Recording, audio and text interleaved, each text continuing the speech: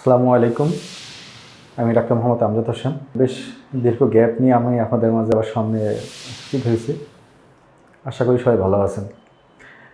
আজকে আমার আলোচ্য বিষয় উচ্চ রক্তচাপ। যে কোনো জিনিস শুরু করার আগে তার বিষয়বস্তু, সে জিনিসটা কি, এটা আসলে একটু আলোচনা করতে হয়। আমার অনেকগুলো ভিডিও আছে, যে ভিডিওগুলো অনেকটা হ্যাভাজেটলি। আমি চেষ্টা করব ক্রমানুসারে ঠিক ওই ভিডিওগুলো দেওয়ার জন্য যেগুলো খুব বেশি প্রয়োজন।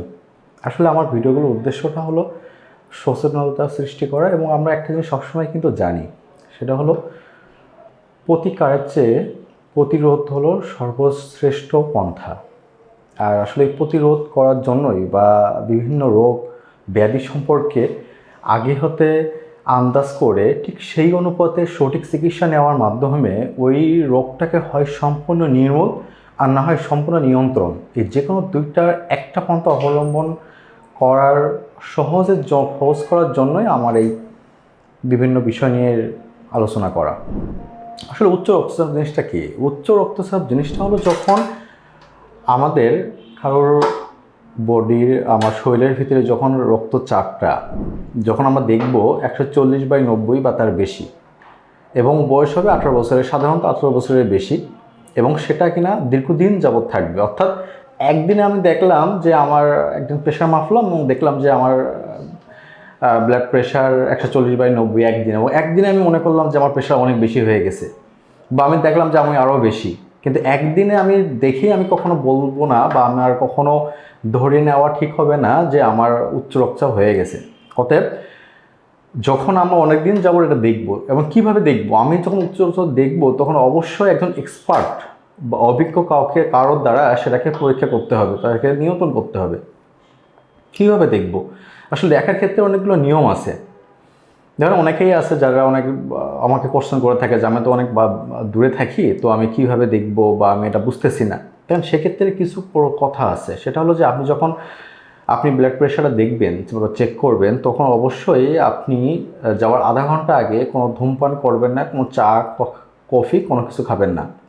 আপনি যখন যাবেন আপনি প্রেশার মাপার জন্য, অবশ্যই আপনি গিয়ে একটা আরামদায়ক কোনো চেয়ারে বসবেন, হেলান দিয়ে অন্তত 5 থেকে 10 মিনিট রেস্ট নেবেন বা বিশ্রাম নেবেন। বিশ্রাম নেওয়ার পরে তারপরে আপনার রক্তচাপ পরিমাপ করার জন্য আপনি যে অভিজ্ঞ যার কাছে যাচ্ছেন আপনি তাকে বলবেন। সে চেষ্টা করবে আপনার 2 হাতে মাপার, এবং যদি তা না হয় অ্যাটলিস্ট সে তার ডান হাতে বা বাম হাতে, যেটা পারফেক্ট হয়, সবচেয়ে ভালো হয় যদি ডান হাতে মাপা হয়, তবে খুব ভালো হয়। এবং যখন মাপবে তখন একবার রিডিং নিলে হবে না, অর্থাৎ আমি একদিনে দেখে নিলাম সেটা না, আপনি পরের দিন আবার দেখবেন। সবচেয়ে রক্তচাপ পরিমাপ করার সবচাইতে উত্তম সময় হলো দুইটা, একটা হলো সকাল আর একটা হলো সন্ধ্যা। এবং দুইটার সময়ে আপনাকে খুব রিল্যাক্স মুডে আপনাকে এই যে ব্লাড প্রেশার আছে বা উচ্চ রক্তচাপ আছে সেটাকে পরিমাপ করতে হবে। দেখেন উচ্চ রক্তচাপ কি এবং আমি কিভাবে পরিমাপ করব তার সহজভাবে খুব অল্প কথায় বললাম। প্রকৃত অর্থে এটা আরও বেশি বিস্তৃত। আসলে আমি পরিমাপটা কেন করব? আমি যদি কোনো রোগের লক্ষণ বুঝতেই না পারি তাহলে আমি কীভাবে পরিমাপ করব? প্রত্যেকটা জিনিসে একটা লক্ষণ থাকে। সাধারণত উচ্চ রক্তচাপের থাকে, তবে সাধারণত বোঝা যায় না। উচ্চ রক্তচাপটা এইভাবে আমি বলি বা এইভাবে বলে থাকে স্যারেরা, সেটা হলো যে যদি আমরা তরকারির না দেখি, আমি যদি মুখে না দিই বা আমি জিহ্বায় না দিই তরকারি, তাহলে কিন্তু আমরা বুঝি না কখনো যে তরকারিতে লবণ হয়েছে কিনা। সো আমার শরীরের ভিতরে উচ্চ রক্তচাপটা হলো কিনা বা রক্তচাপ নিয়ন্ত্রণ আছে কিনা সেটা কিন্তু আমি কখনো বুঝবো না যদি আমি পরিমাপ না করি। তবে সাধারণত কিছু কিছু ক্ষেত্রে দেখা যায়, কিছু লক্ষণ দেখা যায়, যেমন মাথা ঝিমঝিম করা, মাথা ঘোরানো, বমি হওয়া বা বমি ভাব হওয়া, কিছু মাথা ব্যথা করা, ঘুম না হওয়া, ঘাড় ব্যথা করা, হ্যাঁ এগুলো হতে পারে। কিন্তু এটাও হলেই যে উচ্চ রক্তচাপ এটা বলা যাবে না, আবার এটা না হলে যে উচ্চ রক্তচাপ নাই সেটাও বলা যাবে না।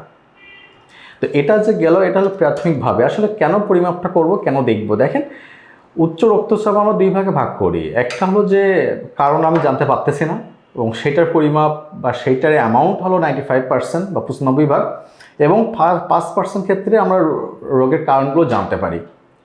তো 5% ক্ষেত্রে যে 5% ক্ষেত্রে আমার রোগের কারণ জানা যায়, সেই রোগের কারণগুলো যদি আমরা একবার জানতে পারি, তবে এই উচ্চ রক্তচাপটা সম্পূর্ণভাবে নির্মূল করা যায়। আর যদি কোনো কারণ না থাকে, অর্থাৎ সেটা 95%-এর মধ্যে যদি থাকে, এসেনশিয়াল হাইপারটেনশন যদি থাকে, তবে সেক্ষেত্রে এটাকে নিয়ন্ত্রণ করতে হবে। সে নিয়ন্ত্রণ করার পন্থাটা কি, সেই পন্থাটা সম্পর্কে বিস্তারিত আসবো পরের ভিডিওতে। আপাতত এতটুকুই। এবং এর বিপরীতে আমি আরেকটা কথা বলি, সেটা হলো লো ব্লাড প্রেশার। ছোটো করে একটু বলি, এটা নিয়ে আমি একটু ভিডিও করব। আসলে উচ্চ রক্তচাপ যখনই আসে তখন আমাদের সাথে কিছু লোক আসে যে আমার নিম্ন রক্তচাপ হয়েছে। আসলে অ্যাকচুয়ালি চিকিৎসা বিজ্ঞানের ভাষায় লো ব্লাড প্রেশার বলে কিছু নাই। অনেক সময় আমাদের ডায়রিয়া হয়, অনেক সময় আমাদের রোগের জন্য, জ্বরের জন্য আমাদের শরীরের ভিতরে পানি কমে যাইতে পারে, পানি শূন্যতা হতে পারে, আমার খাদ্য ঘাটতি হতে পারে, ওই সময় রক্তচাপটা কমে যাইতে পারে সাময়িকের জন্য।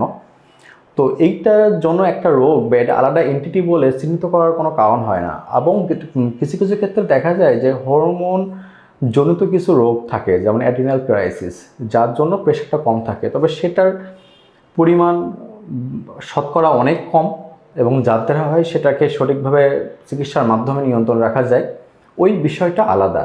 কিন্তু অ্যাজ এ হোল আমরা জেনে রাখি যে আসলে উচ্চ রক্তচাপ বলে একটা রোগ আছে, কিন্তু লো ব্লাড প্রেশার বা নিম্ন রক্তচাপ বলে কোনো রোগ নাই। আশা করি আমার কথা সবাই বুঝতে পারছেন। আর কোনো কিছু জিজ্ঞাসা থাকলে অবশ্যই জিজ্ঞাসা করবেন। সবাই ভালো থাকবেন। আসসালামু আলাইকুম।